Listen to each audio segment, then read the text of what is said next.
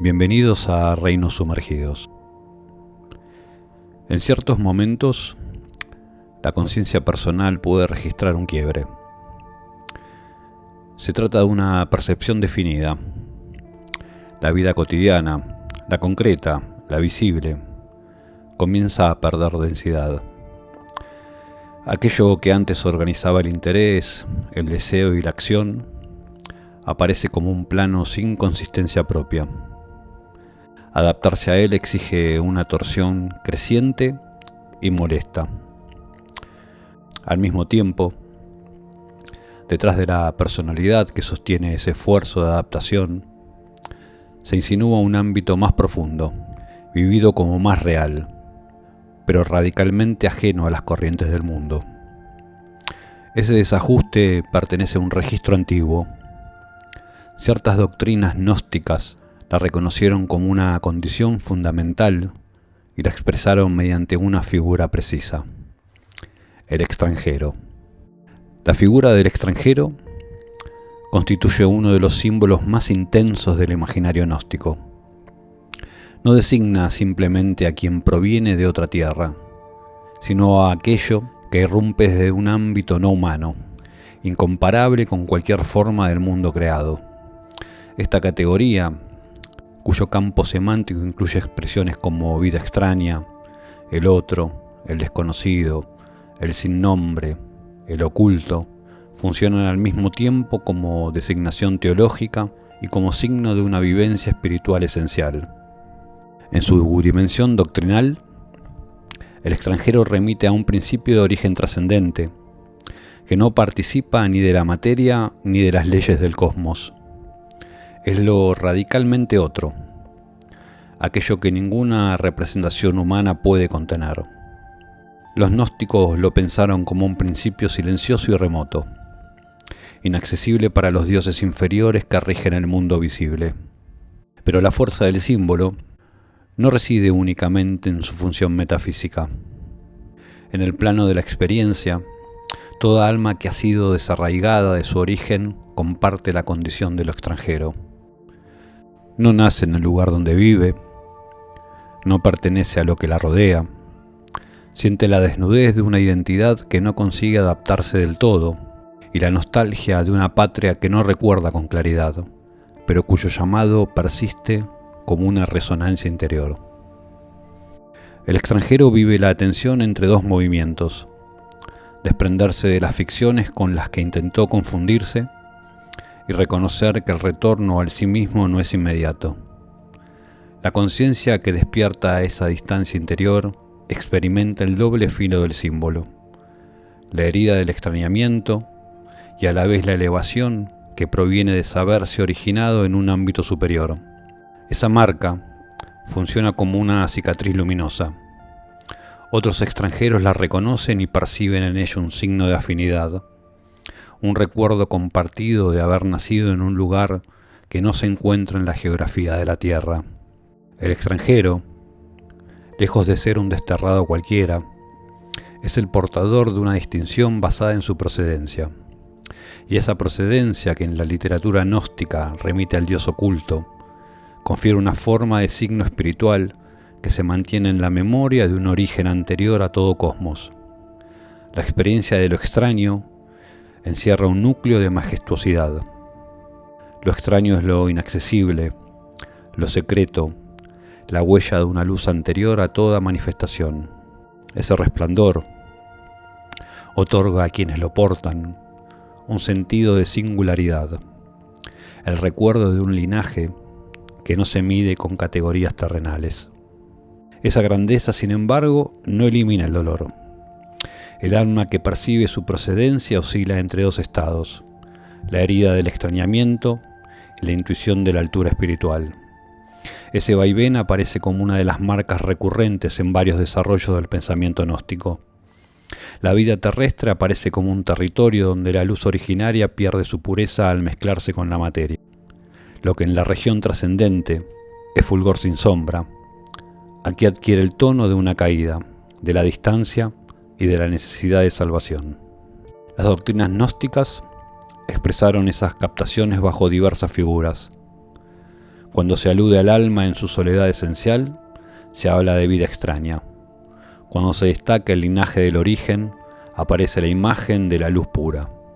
Cuando se pone el acento en el gesto soteriológico, surge el hombre extranjero. Cada una de esas modulaciones muestra un aspecto distinto de la misma experiencia. La conciencia de que la existencia en la Tierra no corresponde al lugar que verdaderamente es el propio. Los gnósticos pensaron el cosmos como una estructura vasta y fracturada, más cercana a un sistema de potencias en tensión que a una unidad armoniosa. El origen se encuentra en una región supracósmica, donde la luz permanece indivisa, pero las primeras emanaciones producen una cadena de procesos cada vez más diferenciados.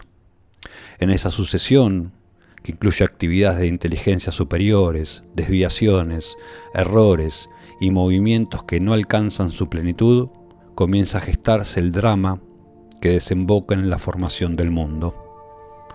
El universo visible no es el punto de partida, sino la consecuencia última de una larga serie de transformaciones. En varios desarrollos gnósticos, lo que la mirada cotidiana percibe como un orden natural es el resultado de un distanciamiento cada vez mayor respecto de la fuente original. La ruptura progresiva de la unidad dio lugar a un escenario múltiple, compuestos por regiones superpuestas, cada una regida por fuerzas propias.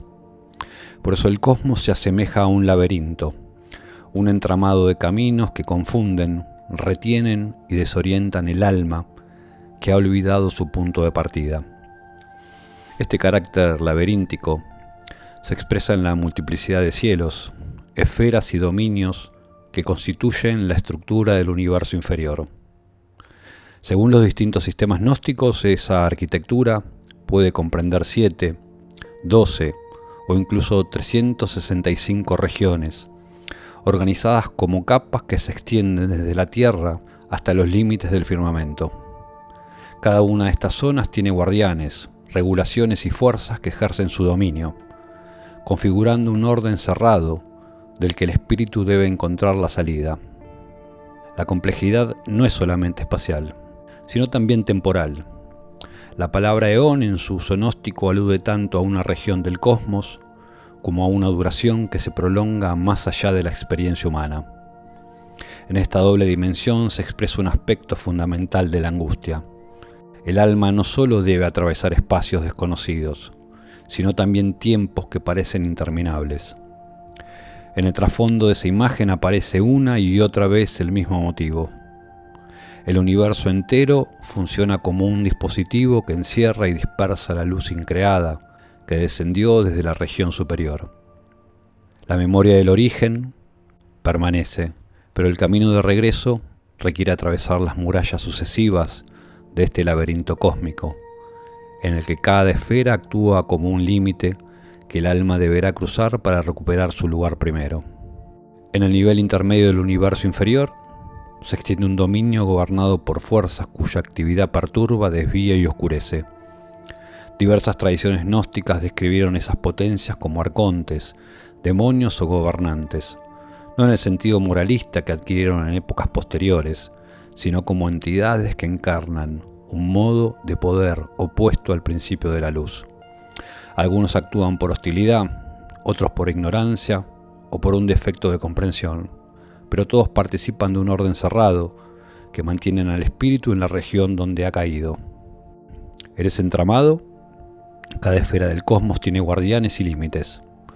Las antiguas fuentes describen este orden como un sistema de control que impide el paso de quienes intentan remontar la caída. Los arcontes vigilan los umbrales, exigen contraseñas, ejercen violencia o se aferran a su propia soberbia. Su existencia es inseparable del laberinto que se extiende entre la Tierra y la región supracósmica. El universo inferior funciona así como la administración de un poder que, sin ser absoluto, posee la capacidad de desviar la energía espiritual. Los himnos y comentarios de las corrientes gnósticas más antiguas muestran que la liberación del alma es un proceso de atravesamiento. No se trata solo de recuperar un conocimiento olvidado, sino de pasar a través de cada frontera, cada capa, cada región dominada por estas potencias. Por eso en los salmos naacenos, por ejemplo, el Redentor proclama que pasará por todos los eones y hará visibles sus misterios. El acto salvífico implica perforar el sistema mismo que encierra el espíritu. El término eón adquirió entonces, en algunos sistemas, una forma casi mitológica. Se transformó en la figura de una región poblada por entidades que personifican la vastedad y el tiempo. En ciertos modelos helenísticos, esta noción se conectó de manera indirecta con especulaciones iranías sobre la temporalidad cósmica, mientras que otras corrientes la utilizaron para describir los intervalos perpetuos que el alma debe recorrer. Cada eón combina espacio y duración, y ambos generan en el alma una sensación de lejanía extrema con respecto al origen. Buena parte de la literatura gnóstica subraya el impacto de esta situación. El alma siente que vaga durante eras incontables en dominios hostiles donde nada reconoce. La distancia del origen se vuelve experiencia viva, una mezcla de temor, desorientación y rechazo hacia las fuerzas que gobiernan esas regiones. El mundo, en esta perspectiva, es el escenario donde se plasma un orden que retiene a los hombres espirituales. Para ello, las doctrinas desarrollaron un conjunto de imágenes destinadas a expresar la condición del alma en el mundo inferior.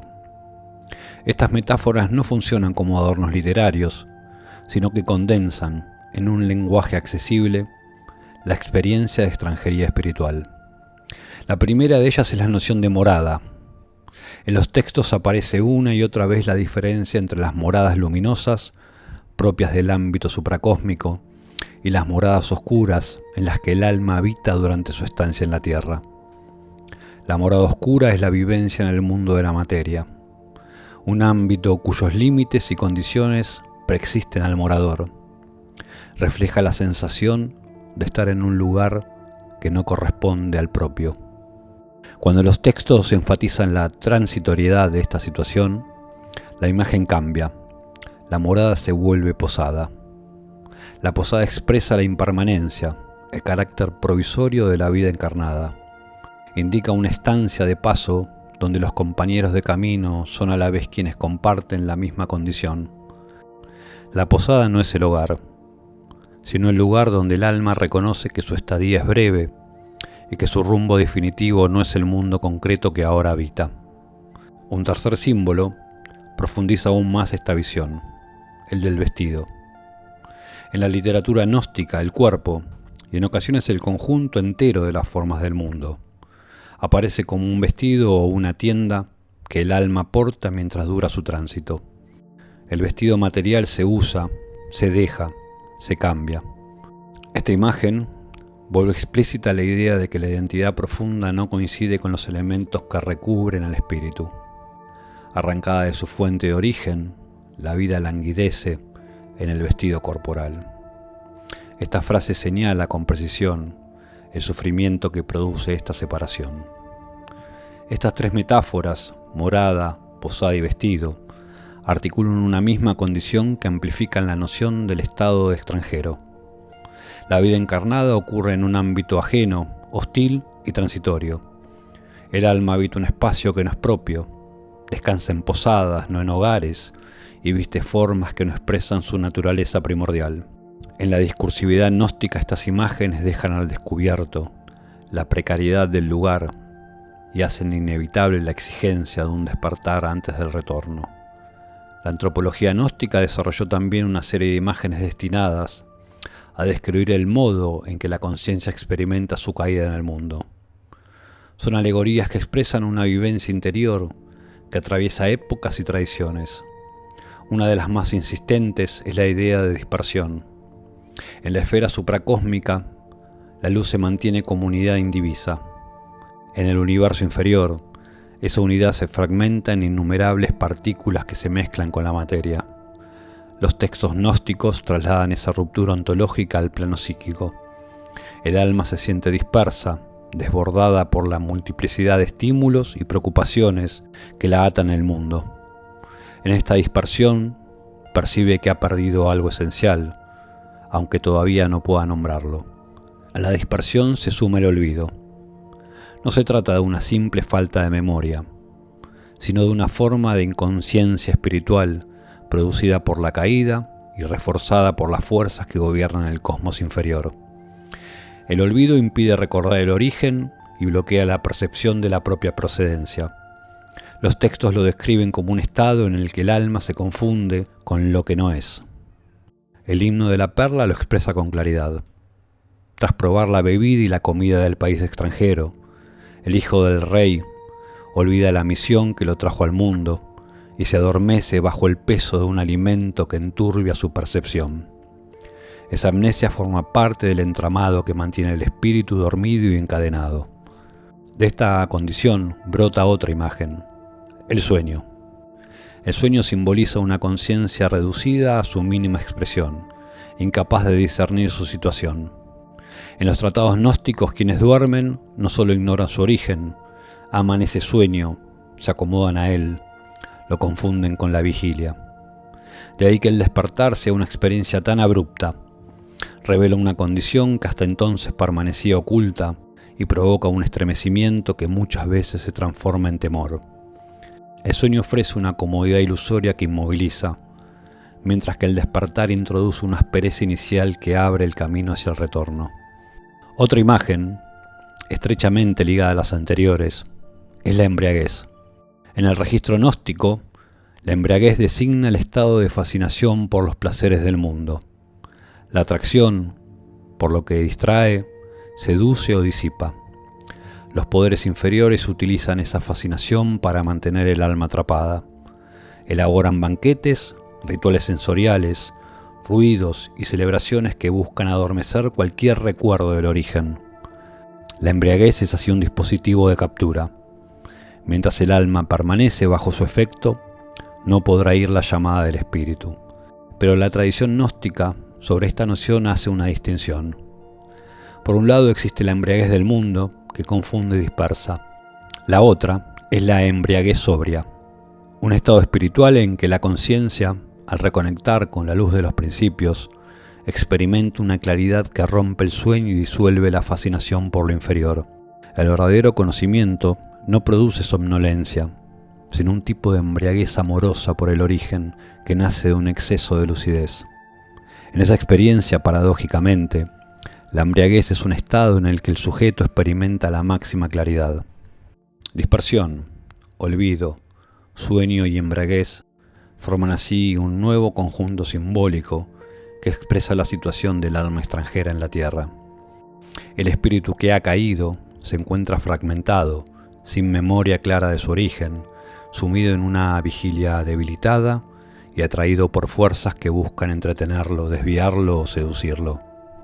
El despertar no surge de un movimiento espontáneo del alma, requiere una intervención que viene desde afuera del mundo, una voz, una presencia que no pertenece al ámbito del mundo material, un mensajero que atraviesa los eones para recordar al espíritu su procedencia. Los textos lo expresan con una fórmula precisa. Quien llama no comparte el idioma de los gobernantes del mundo. Su voz viene de otro lugar. El primer efecto de esta irrupción es el estremecimiento. El alma que despierta reconoce de golpe la precariedad de su condición. Lo que antes se vivía como rutina o como hábito adquiere una tonalidad desconocida. Muchos tratados describen este momento como un temor profundo. La conciencia debe aceptar que el mundo al que se ha acostumbrado no es su propio lugar. Tras ese primer impacto aparece la pregunta. Los textos la llaman pleito sobre el mundo. Una serie de interrogaciones dirigidas a la estructura misma de la existencia. ¿Por qué fui arrojado aquí?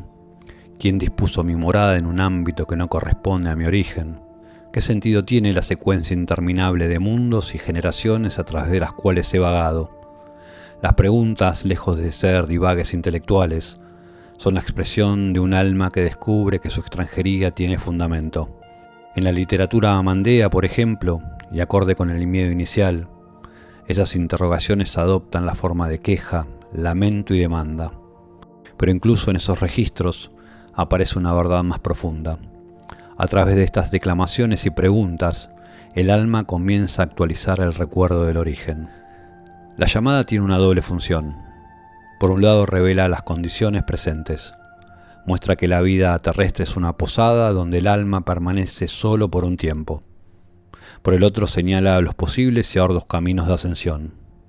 Pero la experiencia gnóstica de extrañamiento no pertenece a tiempos antiguos y olvidados.